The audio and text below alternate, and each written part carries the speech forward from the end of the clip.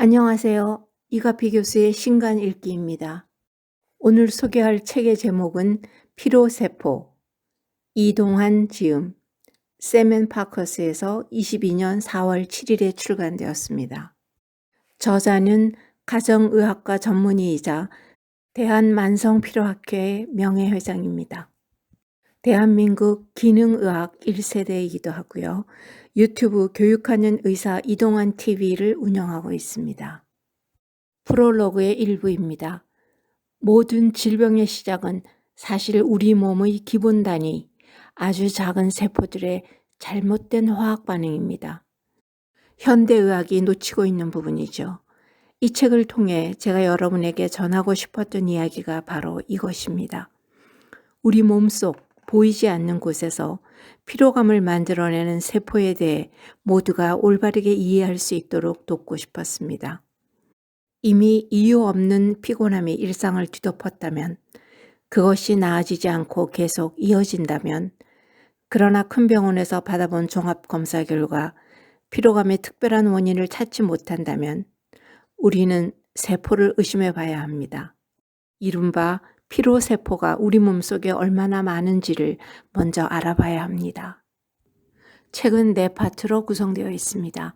파트 1, 지금부터 관리해 보려 하는데요. 파트 2, 젊어질 수만 있다면. 파트 3, 우리 몸은 죄가 없다. 파트 4, 저녁 있는 삶, 밤이 있는 삶. 우리 몸은 약 60조 개의 세포로 이루어져 있는데요. 세포의 중요한 기능은 에너지를 만드는 것입니다. 세포에서 에너지를 만들므로써 우리는 살아갈 수 있죠. 다음으로 독성 물질을 제거하는 해독 기능이 있습니다. 이것이 제대로 작동하지 못하면 독성 때문에 질병이 발생할 수 있죠. 마지막으로 세포들은 서로 간에 끊임없는 정보를 교환하며 중요한 생리 반응을 일으킵니다. 이러한 세포의 기능들이 제대로 작동하지 않을 때 우리가 대표적으로 느끼는 증상이 바로 피로감입니다. 세포의 기능을 알아보는 검사가 바로 소변 유기산 검사입니다. 이 소변 검사로는 당신의 몸에 어떤 질병이 있는지 알아내지 못합니다. 그러나 세포가 어떻게 기능하고 있는지는 알아낼 수 있죠. 그런데 세포의 기능도 사람마다 모두 다릅니다. 이렇게 사람마다 세포의 기능이 다른 이유는 유전자가 다르기 때문입니다. 그리고 그 유전자에 의해 우리의 체질은 결정됩니다. 유전자를 바꿀 수 없으니 우리의 체질도 바꿀 수 없는 것일까요? 저자는 영양요법을 통해서 우리 몸의 토양을 좋게 가꾼다면 우리의 체질도 바꿀 수 있다고 말합니다. 우리의 세포가 녹슬어가는 이유는 활성산소 때문입니다. 활성산소의 존재가 처음으로 밝혀진 것은 1950년대 중반이었습니다. 활성산소의 가장 큰 특징은 다른 분자를 공격한다는 것이죠. 활성산소 자체가 불안정한 상태의 분자 구조를 가지고 있기 때문에 다른 분자를 공격해서 자신이 안정되려는 성질을 가지고 있는 것이죠. 이렇게 공격을 받은 분자는 마찬가지로 불안정한 상태가 되어 다른 분자를 또 공격합니다. 이런 현상이 도미노처럼 연결되면서 세포를 녹슬게 만드는 것입니다. 이런 과정을 우리는 산화라고 하고 이런 과정을 막는 것을 항산화라고 합니다. 활성산소의 가장 무서운 점은 그것이 DNA를 공격한다는 것입니다. 어떤 학자들은 우리 몸의 DNA가 활성산소에 하루 7만 번이나 공격을 받는다고 말합니다. 그러면 활성산소는 왜 생기는 것이죠? 활성산소와 인간의 관계는 필수 불가결한 악연입니다. 우리는 에너지를 만들기 위해 세포의 공장을 가동하죠.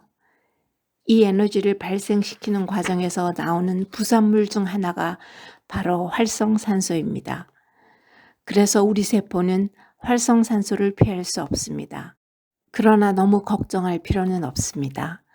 우리의 몸은 활성산소와 싸울 수 있는 항산화 방어 시스템을 가지고 있기 때문이죠. 항산화 방어 시스템은 몸에서 스스로 만들어내는 내부 시스템과 외부의 지원을 받아서 만들어지는 외부 시스템으로 나누어집니다. 내부 시스템에는 세포에서 스스로 만들어내는 여러 가지 효소들이 포함됩니다. 이런 효소들은 해독작용에 관여하여 활성산소의 독성을 없애주는 중요한 역할을 합니다. 효소들의 원료는 우리가 섭취하는 영양소들입니다. 그럼 외부 시스템을 이루는 것들은 무엇일까요? 이것들은 몸 안에서 만들어지지 않는 항산화 물질로 반드시 섭취해야만 합니다. 그중 가장 대표적인 것이 비타민 C입니다. 그 외에 비타민 A, B, E도 강력한 항산화제입니다. 또한 미네랄 중에서는 가장 대표적인 것이 셀레늄이죠. 셀레늄은 글루타티온 효소가 해독작용을 할 때 필요한 미네랄입니다. 그리고 철, 구리, 아연, 망간 등도 아주 중요합니다. 내부 시스템의 항산화 효소 중 가장 대표적인 것이 SOD인데 이 효소가 만들어지는데 아연과 구리 또는 망간이 반드시 필요합니다. 철분도 필요합니다. 최근까지는 토마토가 가장 많은 라이코펜을 함유하는 열매로 알려져 왔으나 현재는 베트남에서 나오는 객이라는 과일의 성분이 밝혀지면서 토마토보다 라이코펜 성분이 70배나 높다는 연구 결과가 발표되었습니다. 그리고 객에는 특이하게도 지방산 성분이 있어서 라이코펜의 흡수를 도와주는 천국의 열매라는 칭호를 받고 있습니다. 활성산소의 DNA 손상을 얼마나 예방하는지 알아보는 연구에서는 베타카로틴, 라이코펜, 루테인을 모두 한꺼번에 조금씩 사용한 그룹에서 가장 많은 DNA 손상을 예방할 수 있었습니다. 폴리페놀의 항산화 작용도 대단합니다. 녹차에 많이 들어있는데 녹차에는 카페인도 함께 들어있어서 많이 마시는 것을 권하지는 않습니다. 반면에 카페인에 대한 연구를 보면 카페인 복용이 많을수록 피로가 더 높아집니다. 염증이라는 말은 우리에게 친숙합니다. 몸에 염증이 생기면 우리는 바로 그것을 알아차립니다. 그러나 우리는 미세염증에 대해서 이야기하고자 합니다. 미세염증이 꾸준히 계속되면 여러 가지 퇴행성 질병들을 일으킨다고 합니다. 노화에 의해 생기는 여러 가지 질환들의 중요 원인이 된다는 것이죠. 그렇다면 미세염증을 낮추기 위해서는 그 이름도 유명한 오메가3 지방산을 먹어야 합니다. 이 책에서도 오메가3와 오메가6, 즉 아라키돈산이라는 지방산과의 비율을 맞출 것을 주문합니다. 가장 이상적인 비율은 아라키돈산과 오메가3의 비율이 1대1이 되는 것이고 최소한 4대1 정도까지는 되도록 노력해야 합니다. 또한 비타민 D의 중요성을 매우 강조하고 있습니다. 우리는 언제나 음식을 의심해 볼 필요가 있습니다. 히포크라테스가 말했듯이 내가 먹는 것이 바로 나다 라는 것입니다. 발표 자료에 따르면 미국의 어린이 중 4 내지 5%가 그리고 성인의 1 내지 2%가 음식 알레르기가 있다고 합니다. 음식 때문에 나타날 수 있는 모든 과민 반응을 우리는 중요하게 여겨야 합니다. 이것은 분명 그 음식이 나에게 맞지 않는다는 것이기 때문이죠. 음식이 맞지 않으면 피로감이 나타날 수 있습니다. 그 중에서도 글루텐이라는 성분을 보겠습니다. 글루텐은 단백질의 한 종류입니다. 글루텐은 밀이나 호밀, 보리와 같은 여러 곡물에 포함되어 있죠. 그런데 특별히 글루텐을 분해하는 소화효소의 기능에 문제가 있는 사람들이 있습니다.